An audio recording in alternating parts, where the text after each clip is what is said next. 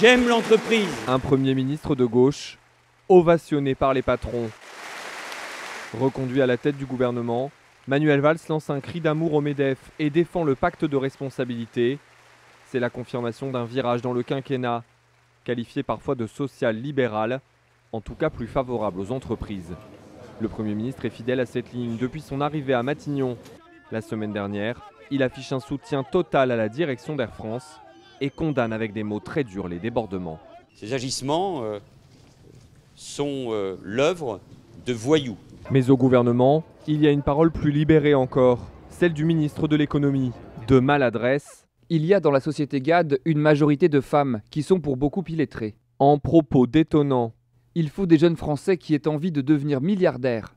Emmanuel Macron n'a jamais réussi à se faire accepter par le monde ouvrier après un an passé à Bercy. Mais quand il s'attaque aux 35 heures... La gauche, elle a pu croire à un moment que la France pourrait aller mieux en travaillant moins. C'était des fausses idées. Ou quand il s'interroge sur le statut des fonctionnaires, le ministre est recadré.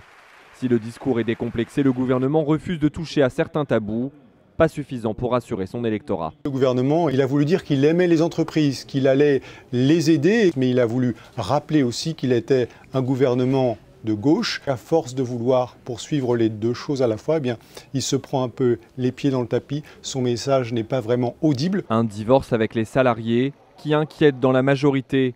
À un an et demi de l'élection présidentielle, beaucoup redoutent que cet électorat si crucial ne continue de se tourner vers les extrêmes.